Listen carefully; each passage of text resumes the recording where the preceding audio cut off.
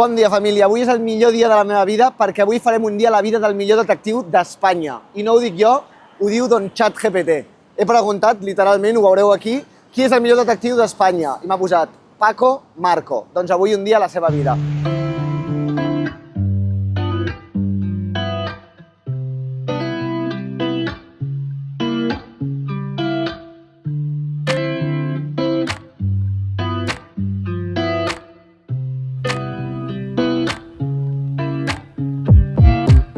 Hola Paco, com estàs?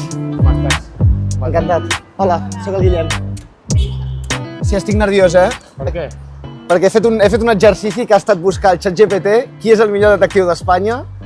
Don Paco Marco. Ho ha dit? Sí, sí. El teu no funciona bé. No? A veure, busca. Jo t'ensenyo el meu, que està molt... Clar, però el meu és molt jo. Determinar quién es complicado. Hòstia, no puede ser. Però Francisco Marca. Mira, et surt algun més? Els coneixes, els altres? Sí, exempleat meu i un company de feina. Què vols prendre? Jo faré un tallat, sisplau. Moltes gràcies. Per la gent que no et coneixi, la teva agència era molt coneguda, Método 3, però tu vas explotar amb un cas bestial que va passar justament a aquell costat, al Cangrejo Loco, que és el cas de la Camarga, on tu vas, bueno, la teva agència va posar un micròfon a una planta i va gravar una conversa entre Alicia Sánchez Camacho, no? I Victoria Álvarez. Que és un amant del fill de Jordi Pujol. Em pots explicar una mica així resumidament com va anar tot això i per què va ser tan... Nosaltres l'any 2010, crec que va ser, vam gravar aquesta conversa perquè ens ho va demanar una de les persones que formaven part d'aquesta conversa de dos. I el 2012, quan ja es comença la deriva independentista i el govern del PP monta el que avui es coneix com Operació Catalunya, Sí? que posen el comissari Villarejo endavant, troben aquesta gravació i llavors explota mediàticament i aquella gravació forma part de l'inici de la caiguda del president Pujol. I explota mediàticament sobretot perquè es descobreixen casos de corrupció, no? No, explota mediàticament principalment perquè l'Alicia Sánchez Camacho, que era la secretària general del PP i la presidenta del PP de Catalunya, tenia coneixement de lo que estaven acusant el president Pujol 2 anys abans i no havia fet res. Vale. Llavors, en aquells moments, el 2012, els interessa explotar mediàticament el president Pujol i atacar tota l'estructura del pensament independentista a Catalunya i utilitzen això com una part més de tot el que es coneix com Operació Catalunya. I tu vas estar 3 dies detingut a comissaria? Això com va anar? Logísticament és molt senzill. M'engrilleten i em Et poses poses? Sí, clar. Hòstia. Aquí. Aquí mateix? En aquesta cantonada, sí. Em van a buscar a casa, jo ja sabia que anava a passar tot això, jo ja havia buidat tot el meu despatx d'informació i llavors em van trucar i em van dir que la policia estava a la porta de casa meva i jo ja sabia, portaven 3 dies aquí plantats, jo havia fet que passés un camió per davant de casa meva per sortir, que no em veiés. Hola. I llavors ja vaig tornar a casa i vaig anar directament, jo ja havia planificat tot, jo ja tenia un grup de persones que em protegirien i m'ajudarien a resoldre el problema i ja està. I llavors a partir d'aquí surten tots els diaris, la teva agència es fa famosíssima. Això de famosíssim o no famosíssim, jo sempre he sigut el detectiu més representatiu a Espanya, per no dir el millor o coses d'aquestes, no? El més representatiu. I llavors allò l'únic que fa és portar-me a la primera plana dels diaris. Bueno, van ser 3 dies de merda, no té res més. Va ser el comissari Villarejo estava fent tot això també per venjança contra mi, perquè jo era l'agència de detectius més gran i ell volia tenir el meu espai professional. Ell havia intentat entrar a Catalunya, muntar la seva agència uns anys abans i no aconseguia clients ni volent. El 2013 passa això i jo no tinc cap problema judicial. 4 mesos o 5 mesos estava tot tancat i demostrant-se que jo no havia fet res il·legal. I llavors és quan jo començo a investigar per què el comissari Villarejo està aquí. A finals de 2013 jo vaig a un programa del Josep Cuní, presento un llibre que es diu El método confidencial i les últimes paraules meves són: yo si fuese la familia Pujol y los abogados de la familia Pujol investigaría quién es un tal José Manuel Villarejo Pérez porque está haciendo investigaciones ilegales en Catalunya. I això és l'inici d'Operació Catalunya i ara en aquests moments, avui, de finals de febrer, s'està fent una comissió d'investigació al Parlament espanyol que es diu Operació Catalunya i on estan passant el comissari Villarejo, Marcelino Martín Blas, Eugenio Pino tots aquests policies que a mi em van atacar el 2013, ara estan passant tots per aquí i pel camí Eugenio Pino, que era el DAO, el número 2 de la policia, ja està condemnat precisament per haver dit que a la meva agència es va trobar un pendrive amb informació de la família Pujol i jo demostrar, i la família Pujol també, que tot era mentida. I el van condemnar un any per falsedat. I Villarejo ha estat 3 anys a la presó i tu segueixes esmorzant cada dia on ja esmorzaves en aquell moment. Sí, va ser realment una guerra, tu vas prendre com una guerra personal, que és el que era. M'ho vaig prendre com una guerra personal. No era una guerra contra mi, era una guerra contra l'independentisme. Jo no tinc un pensament ideològic independentista, però no permetré mai que els meus compatriotes, amics, però jo tinc íntims amics en el món independentista, els hi vingui la policia espanyola, vulgui com vulgui, per atacar-los ni amb ells ni amb mi. Com vas cap al despatx? Vas caminant? Sí, però bueno, agafem un taxi. Vale. Anirem més ràpids. Hala. Le dices que le pago luego, ¿vale? Adéu, gràcies. Encantat. Espera, un taxi.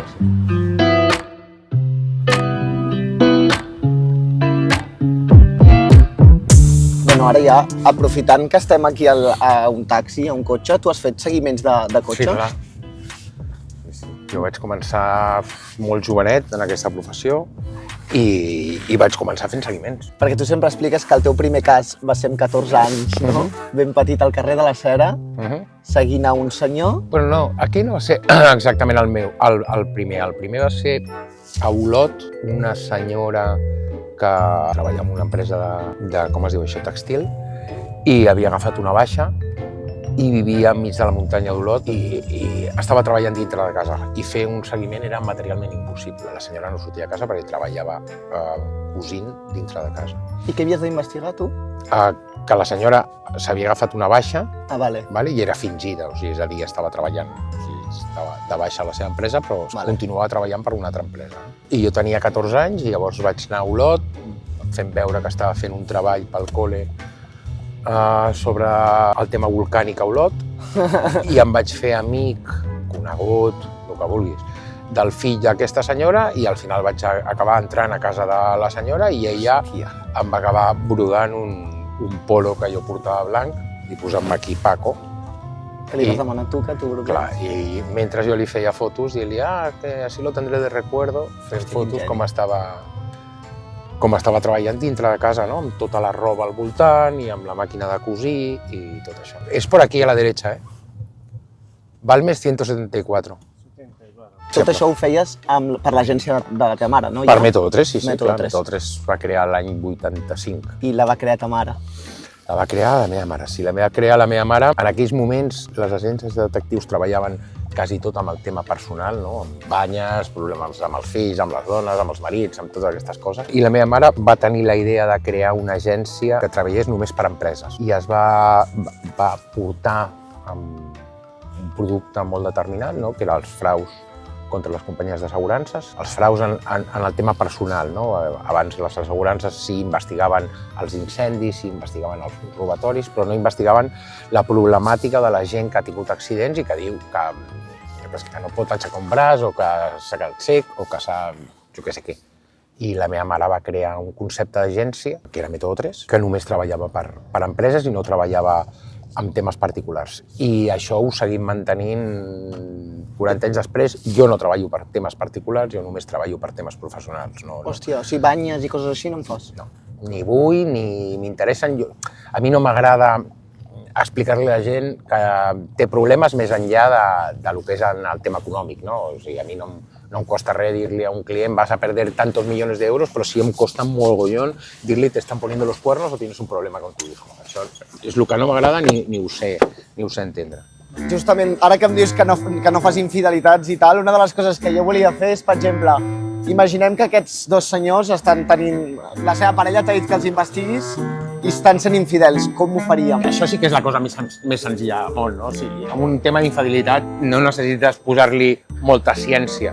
Vale. Al final és saber on surt una persona i aquesta persona anirà a trobar-se amb una altra. M'és igual que sigui anar-se'n a un local o anar-se'n a un pis, no? És qüestió d'esperar, llavors. Sí, clar. Això sí que no té ciència.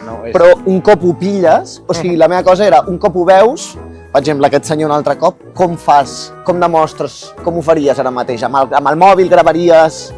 Bueno, no. Nosaltres aniríem, primer que no aniríem per aquí, aniríem per allà. Si tu vas per allà ja tens un perfil. Per l'altra vorera? Per l'altra vorera.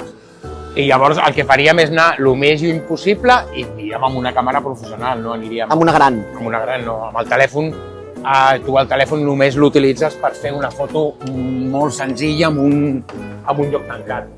Nosaltres anem com el teu company, amb càmeres professionals. Clar.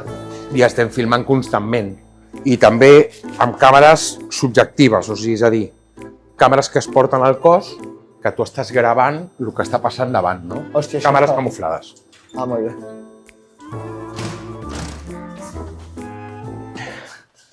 Bon dia. Hola. Vinga, passa. Gràcies. Hola. Et segueixo. Vale. Ens posem aquí. Hòstia, és ben maca l'oficina, Deixo aquí les coses? Sí. Aquest és el meu despatx particular, aquí no podem entrar perquè està ple d'informació de tercers i d'això. Aquí és on treballes, entenc, llavors. Aquí és on treballo jo. Aquesta és la sala on em reuneixo amb els clients. Que et veig que molta obra d'art, molta... Sí, la meva passió és l'art. Aquí és el despatx de la meva assistenta, aquí hi ha un altre despatx, això és el bany, i aquesta és la part de l'entrada. Que aquí, de fet, jo per quedar amb tu vaig parlar amb la teva assistenta i em vas fer per aquí i posa't tan nerviosa aquesta estona. Ho fas molt bé, el protocol el tens molt bé. Primer parlar amb ella, després quedar aquí, esperar aquí, llavors ja vas pensant, ui, això... O sigui, està molt ben fet. Molt bé, doncs m'agrada molt. Veniu, tu vols saber el que és un detectiu, no? Jo vull saber què és un detectiu. Vale, sí. Espera't. Tom. Ui, m'estic posant nerviós ja.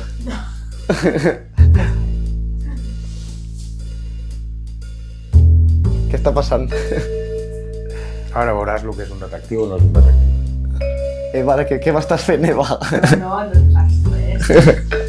Ja t'ho has fet. Passa. No m'ho puc creure. No m'ho puc creure. Què és això? Però com... Què li has donat a ella? Un rellotge. No m'ho puc creure. Aquesta és la teva oficina. Ara anirem a fer... Sí, bueno, li demanaré. Sí, bueno, clar. Però direu que vaya llavors. Potser ens movem. Jo gravo des d'allà, però vull dir... Vale. En tot cas, després t'ensenyo com surt i tal, per si hi ha alguna cosa que no t'agrada. Aquesta és la teva oficina. Quants anys fa que estàs aquí, tu? Pues, no, 5, 6, 7 anys. Ah, vale, no ha sigut sempre aquesta. No, estàvem a Diagonal Tusset, que és on les imatges de la Camarga, la meva detenció és allà. Ah, vale. Que es va tallar la diagonal, va haver-hi un follon. I hem conegut a la teva assistenta. És com m'has dit que... És la meva mà dreta, o sigui, és la persona que m'acompanya amb totes les facetes professionals de la meva vida i és una persona que té fins i tot claus de casa meva. O sigui, és a dir, jo soc una persona que tinc una agenda, com t'he dit abans, molt marcada i molt estructurada i és una persona que porta la meva agenda, que sap en cap moment, en tot moment on sóc jo, que molts cops la meva família no ho sap, però ella és la persona que sap on soc, perquè jo tinc moltes reunions sense telèfon o modo avió o el que sigui, i és la persona que sempre sap on soc en tots els moments. No? I l'han intentat subornar o buscar informació, treure la informació? Bueno, abans parlàvem de la Camarga, l'època de la Camarga, quan a mi m'estaven detenint, amb ella, que tenia la seva filla molt petita, l'estaven seguint a l'hospital. Hòstia, això està feo, Bueno, és la guerra que van fer a Operació Catalunya, no? Ja. I m'ha dit que porta des del 97, ha dit, no? ¿Desde qué año llevas conmigo? 98. Jo vaig néixer el 99. Déu-n'hi-do. Sí. Hòstia, se'n veu perfecte, tio. I se sent, no? Hi ha àudio? Sí, clar. Sí. Em tindries enganxat, no, jo? Sí, clar. I això és legal? És absolutament legal. O sigui, jo puc gravar a qualsevol persona si jo formo part de la conversa. Perquè no puc és gravar, o sigui, gravar-te a vosaltres dos parlant no puc. Però si esteu parlant amb mi és absolutament legal. Hòstia. I es pot utilitzar en un judici, i es pot utilitzar... I has presentat coses així a judicis? Sí, clar, tots els dies. Tots els dies. Mira-te'l. Mira, ensenya-ho, que és bestial. Li ha donat a l'Eva aquest rellotge que realment no l'havia vist mai, no sé quina marca és això, però està guapo, Entenc que això ja no ho fas tu, perquè ja Òbviament. tens gent... Que constantment i no amb aquest rellotge, perquè llavors no te l'ensenyaria. Aquest és un que he demanat per fer-ho, per fer això i demostrar-te el que pot fer un detectiu, no? Però no els que habitualment nosaltres portem, perquè no els vols ensenyar. No el vull ensenyar a pantalla. Hòstia, increïble. I entenc que aquí està la càmera, no? Això és la càmera. I si aquest no és el que fas servir, no em vull imaginar el que fas servir. Quin tipus d'instruments teniu, tipus això? Rellotges... De tot. O sigui, de tot, perquè ja t'he dit, nosaltres al final el que fem és adaptar la tecnologia al nostre servei. Al nostre servei. Ulleres, tabac, si aquella persona fuma... O sigui, qualsevol... Mira, una vegada a mi em van dir, quan jo encara fa anys i quan jo encara no era conegut, una persona em va dir, vale, però vamos a tener una reunión, però en una sauna. Hòstia, complicat de gravar, no? Bueno, quasi impossible de gravar. Clar. Però jo vaig sortir d'allà amb una gravació. Llavors, clar, vaig adaptar a la situació... No, la portava al cabell. Però, o sigui, jo adapto nosaltres adaptem les situacions, la tecnologia, per poder Clar, juga al vostre favor, això. Increïble. I quanta gent tens tu per això treballant o que pots fer seguiments? Hi ha molta gent al carrer. Hi ha molts detectius pel carrer? Técnico para que le envíen el clip cortado, que no se nos vea a nosotros, que se le vea solamente a él. O sigui que pel carrer hi ha més detectius dels que ens pensem. Clar. Hòstia, increïble. I tenim tècnics de so, tècnics de vídeo, o sigui, ara li he dit a l'Eva, envia al técnico para que haga un clip i poder-te l'enviar tu. Hòstia, increïble. Increïble, estic... M'has deixat desfet.